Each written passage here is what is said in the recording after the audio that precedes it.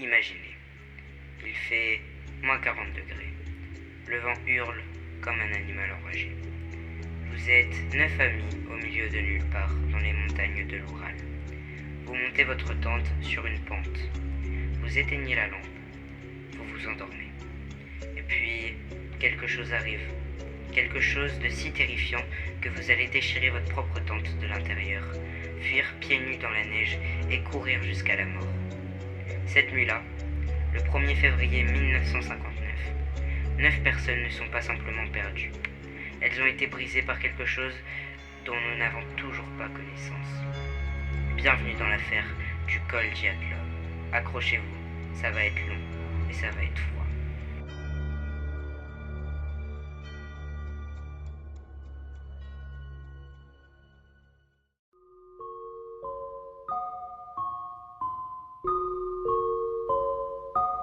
Neuf jeunes, entre 20 et 38 ans.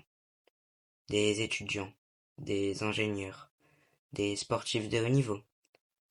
Alexander Kolevatov, Rostem Slobodin, Yuri Yudin, Igor Dyatlov, Lyudmila Dubinina, Nikolai Tibéo-Brignol, Semyon Zolot, Yuri Doroshen, Yuri Krivonisk-Enko, Zinaïda Kolmogorova.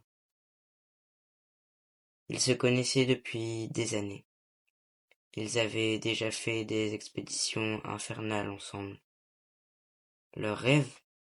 Atteindre le mont Otorten, juste pour la gloire. Le 23 janvier 1959, ils prennent le train, rigolent, chantent à la guitare. Et le 1er février, ils plantent leur tente sur Koladziakl, la montagne des morts en Nancy. Sympa comme spot de camping, vous ne trouvez pas?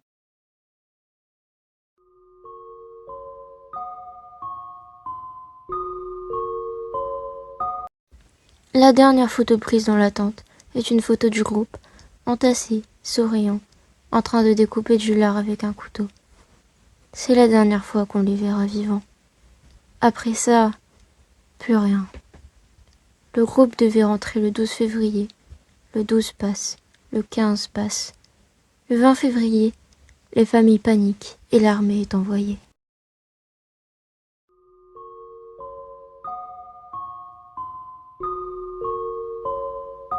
« 26 février 1959. Les secouristes trouvent la tente. Elle est à moitié ensevelie sous la neige, mais elle n'est pas écrasée. Elle est découpée. De l'intérieur, des coups de couteau nets, comme si quelqu'un avait taillé le tissu pour sortir le plus vite possible. À l'intérieur, tout est là. Sacs de couchage rangés, chaussures alignées, veste, bonnet, nourriture, couteau, guitare.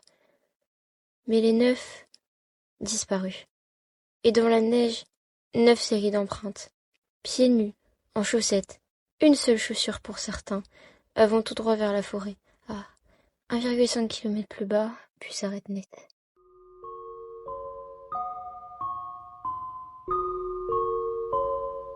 Premier arrêt. Un énorme cèdre au bord de la forêt.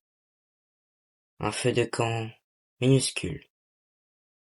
Des branches cassées jusqu'à 5 mètres de haut. Et là, à côté du feu, 2 corps. Yuri Doroshenko et Yuri Krivonichenko. En sous-vêtements. Mains brûlées par le feu. Yeux grands ouverts vers le ciel. Ils sont, malheureusement, morts gelés.